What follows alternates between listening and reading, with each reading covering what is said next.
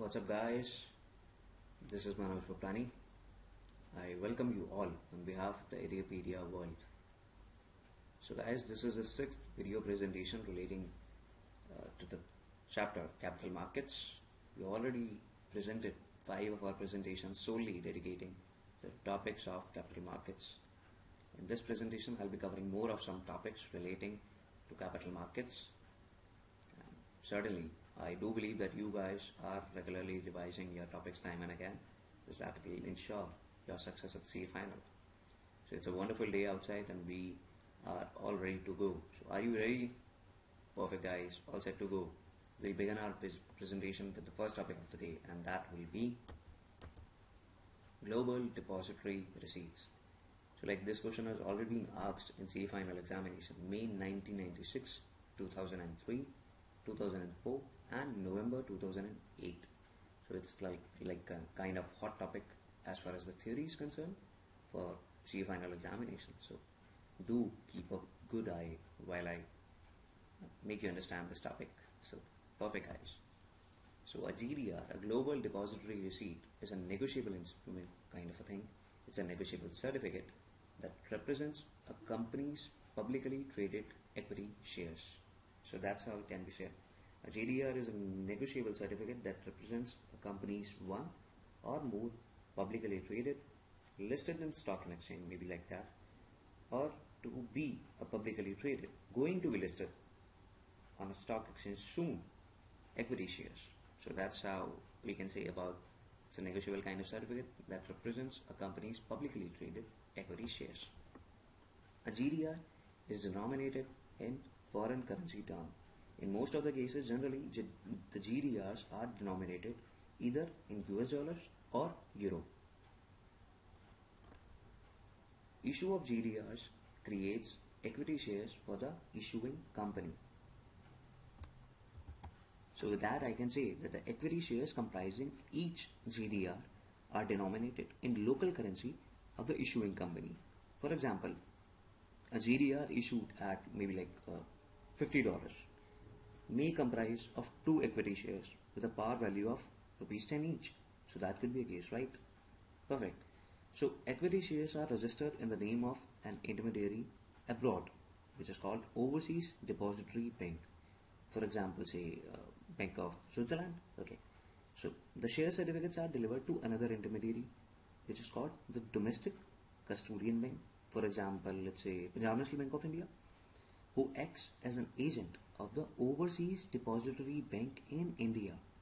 So the GDRs are issued by Overseas Depository Bank to the non-resident investors. GDRs are freely transferable outside India without any kind of reference to the issuing company. The dividends in respect of the shares represented by the GDRs are paid in Indian rupees only. So GDRs are freely transferable outside India without any kind of reference to the issuing company. The dividends in respect of the shares represented by the GDRs are paid out on Indian rupees only. So the GDRs can be converted into shares and the shares can be converted into GDRs as well. So that's the kind of benefit you have. So if a GDR holder maybe like wants to exchange his GDR into shares, he can surrender his global depository receipt with such request to the Overseas Depository Bank. Then the Overseas Depository Bank will instruct the Domestic Custodian Bank. For our case, the overseas was Bank of Switzerland, and for our case, the domestic one was Punjab National Bank of India. So Bank of Switzerland Bank will instruct to Punjab National Bank to release the shares. Depending upon the nature of this request, the Domestic Custodian Bank, that is Bank of Switzerland, will either sell. No, that's Punjab National Bank. Punjab National Bank will either sell the shares through stock exchange and remit the sale proceeds to him, or arrange to get his name registered as a member of the company. Thereafter, the said shares are subject to the usual conditions which are applicable to any of the company's shares. So to that extent, the GDRs are converted into shares as well. So GDRs can be converted into shares and shares can be converted into GDRs. So the shares can also be converted into GDRs. For example, a company has issued let's say 10 lakh GDRs, each representing of 2 shares of issuing company. So in that sense, the holders of 10,000 GDRs may get the GDRs converted into 20,000 shares. So now the company can convert those 20,000 shares into 10,000 GDRs. So that can be the case, right? So in that sense, I can say that the GDRs can be converted into shares and shares can be converted into GDRs. So this is a two-way functionality for that matter. So that's how the global depository receipt actually works. I guess you got the complete clarity about the topic relating to global depository receipt. However, having said that, this topic is still not over because it's a premier kind of topic, so we'll be having our next slide solely dedicating to this topic only, and that would be what are those important features of global depository receipts. So number one comes in the collection in foreign currency. So the issuer basically enjoys the benefit of collection of issue proceeds in the foreign currency and may utilize the same for meeting the foreign exchange requirements. That's the best kind of feature that is available for GDRs. Next comes there is no exchange risk. Why? Because if the GDR holder surrenders the GDRs for conversion of shares or request for the sale of such shares, in such a case, the domestic custodian bank sells the shares. The domestic custodian bank converts the net proceeds into foreign exchange at the market rate, and hence there is no such foreign exchange risk for the issuing company. So that's the good thing about getting involved into GDRs. Next comes listing.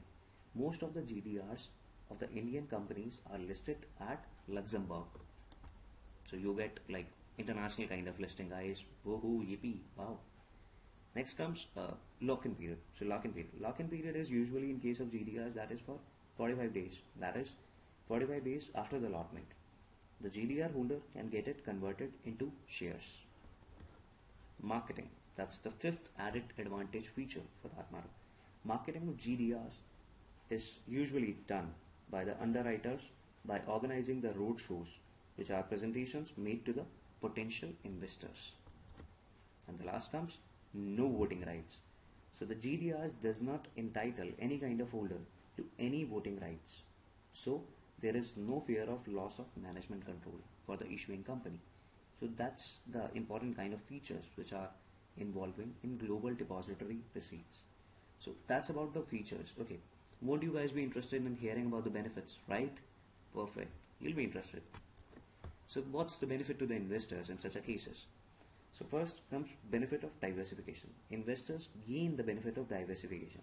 Buying a GDR immediately turns an investor's portfolio into a global one. So no more you'll be called like Indian kind of investor. You are a global investor now.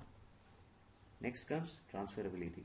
So easily transferability can be happening over there because it allows to go for that option as these are basically the bearer instruments, so that can be easily liquidated and transferred well on time. Apart from that, there is another best thing about the GDRs, and that GDR investors are able to reap the benefits which are involved in usually higher return equities without adding any kind of risk of going directly into the foreign markets. So you don't need to directly go for the foreign markets. You can directly purchase these GDRs. So without going to the foreign markets, you'll be able to reap out the benefit of higher return equities without adding any kind of risks. So that's a good thing about it. Plus, there will be a trade clear settlement in accordance with the requirements of the market in which they trade. So that's again a greater amount of possibility and transparency in such cases. So that was all about the features, important features of GDRs and benefits. So we did discuss about what is GDR, how does it work, what's their important features and the benefits you'll be able to reap in as an investor. So I guess you got the complete clarity as to how this can be done. So now we'll enter into the next segment relating to GDR again, and that's the kind of question which has already been asked in CA final examination. Impact of GDRs on Indian capital markets. So this question was asked in CA final examination for November 2009. So what is the impact of entering into a global depository receipts on Indian capital markets? So one, GDRs provide arbitrage opportunities. So in that sense, we can simply say, okay, buy low and sell high. Wherever you get a position of like having those kind of instruments at a lower cost, you are like sort of like giving any kind of advice, okay, buy now in such a case, and whenever you get an opportunity to sell, the same thing in another market at a higher cost, sell those off, and definitely that will help you in extracting the best of the arbitrage opportunities. Next comes the ICM, basically Indian capital market FLC. So Indian capital market becomes more sensitive to the international capital market. That is, I can say that the developments in the international capital markets will surely going to affect the Indian capital markets as well. So in that way, that is the kind of impact that GDR has on Indian capital market. Next comes that the Indian retail investors have actually lost their place in the capital market. So that way it's going to impact on the international circuits. Next comes GDR issuing companies have to follow strict international transparency norms. Financial reporting of these companies has actually improved that way. Fifth one comes Indian companies have been able to raise a large amount of funds without losing the management control. So that's a good thing about getting involved in GDR as far as the Indian capital markets. And the last thing which states for that, and that is the Indian companies do get the recognition in the global markets. That's the added advantage for impact on GDRs on the Indian capital markets. This has actually helped in increasing the share prices of these companies in Indian markets as well. So that's how the GDR's impact on the overall Indian capital markets. This question was asked in CA final examination November 2009, and you never know, it may appear in your examination whenever it is actually happening. So you'll have to revise that topic soon, time and again, just to ensure that you don't fall short of our as well as your expectations in the CA final examination. So perfect guys, I hope I was able to deliver you a good amount of quality as to what this concept actually means.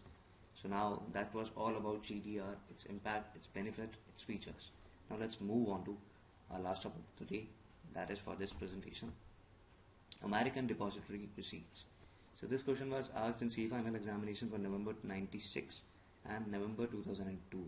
So it's the exactly same with as to what a GDR is, but the sole difference that the depository receipts which are issued by a company in United States are known as American Depository Receipts. That's the only the major kind of difference. So that was a global one that is solely dedicated to America.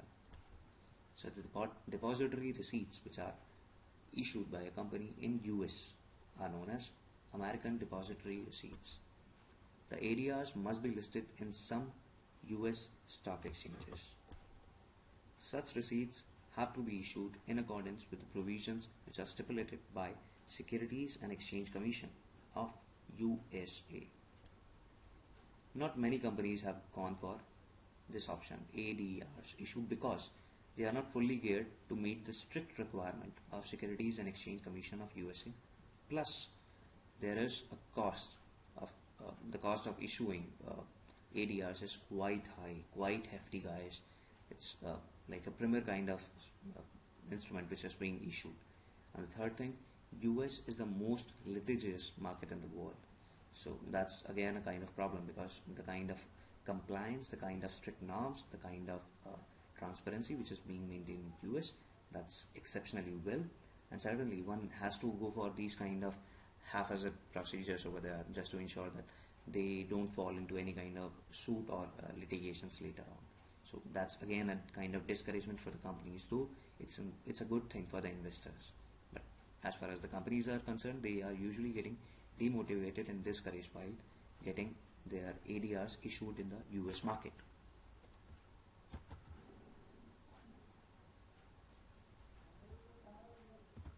So currently, guys, there are ADRs on many of the Indian companies which are listed on two of the major US stock exchanges. One is NASDAQ and another one is New York Stock Exchange. That has already been covered in my last presentations. So ADRs have already been listed on these two major stock exchanges for many of the Indian companies. So primarily the companies which are being listed on NASDAQ involves Infosys Technologies plus Rediff.com. So Infosys is a premier kind of constituent for NASDAQ 100, one of the most important index number for NASDAQ. And for as far as the companies which are listed on New York Stock Exchange are required, we say Dr. Reddy is one of the example, HDFC Bank is one of the example, ICICI Bank is another example. MTNL, Patna Computers, Mahindra Systems. So like Tata Motors, Wipro. So these are the companies which are like listed on New York Stock Exchange as far as the ADRs for there is concerned. And in case of Tata Motors, which is indifferent from other companies, the GDRs of Tata Motors were originally listed on Luxembourg. Later on, it was converted as American Depository Receipt on its listing with New York Stock Exchange Euronext. So like besides all these companies, there are three major companies as well in the market. The name of Genpact, WNS and Yatra Capital, which are being traded as in the form of ordinary shares on New York Stock Exchange. So guys, that's how it is actually working out for American Depository Receipts as far as the Indian capital markets are concerned. So there is one emerging kind of development in the field is that some of the Indian companies are actually planning to get their GDRs converted into ADRs. And for this purpose actually they have got their depository receipts already issued in GDRs listed on some of the US stock exchanges as well. As far as the lead is concerned, Tata Motors has already taken a lead way back, and now Tata Motors have already been like listed on New York Stock Exchange. This step is actually showing the most kind of positive results. Dealing high volumes have actually grown up, and certainly the higher prices may be prevailing. So in that way, the sponsored ADRs are also involved over here. So to the extent the ADRs and GDRs have been converted into shares, the issuer company can issue like fresh kind of ADRs and GDRs as well. So for example, if one ADR of like let's say Punjab National Bank represents two of the equity shares of like PNB Housing, so supposedly 1 lakh ADRs of Punjab National Bank may get converted into 2 lakh shares. So in that case, the Punjab National Bank can convert its 2 lakh existing number of shares with the amount into ADRs that way. So these ADRs are actually sold in US Stock Exchange, and then the proceeds are distributed among all those shareholders who get the shares converted into ADRs. So that's how it works. The current country which gets the first of the stock exchange portfolio is in the process. And that's how the entire process of actually American Depository Receipts flows on. This question was asked in CA Final Examination November 96 and 02. I guess I was able to provide you the entire clarity, not just the theoretical kind of knowledge, but also the market knowledge which is actually existing on US markets. And that way you'll be able to understand this topic not just mere as a theoretical knowledge, but also the kind of practical and numerarities which it involves has to be rendered to you. And that's why I have actually like briefed you in a much more detail as to what is prevailing in the books just. So that was the last topic of my presentation. I'll be concluding my video with a dose of motivation, and that will be, it doesn't matter how slowly you go as long as you don't stop. So it has been like rightly said, guys, it doesn't matter how slowly you go as long as you don't stop. So all you need to do is keep moving, keep going. I know most of your plans may not be able to like go for a concrete kind of reality, I know, but certainly that shouldn't deter you from moving into the like rain and rhyme of your dreams and desires and aspirations. Certainly you'll have to go a long way, and it's just not a sprint race. It's all about a marathon. We are all here to serve for a marathon rather than going for a sprint race. This quote was being made by Confucius. He was a great philosopher of his time, and certainly it doesn't matter how slowly you go as long as you don't stop. So just not give up. That's the kind of reality we should all have. And that's the most biggest kind of motivational booster one can have. So always go for it. Don't give up. Don't give up and don't give up. I would like to say a thank you on behalf of the Edupedia world. Keep interacting, guys. Stay connected. We'll be having like lots of things happening around, and certainly I'll be having my last presentations relating to the topic of capital markets in my next forthcoming presentation. So that way we'll be able to complete this chapter in my next presentation as well. So keep pouring your love, keep pouring all your questions in our comment boxes. We'll actually love to hear from your end. Perfect, guys. Take care. Bye. Love you.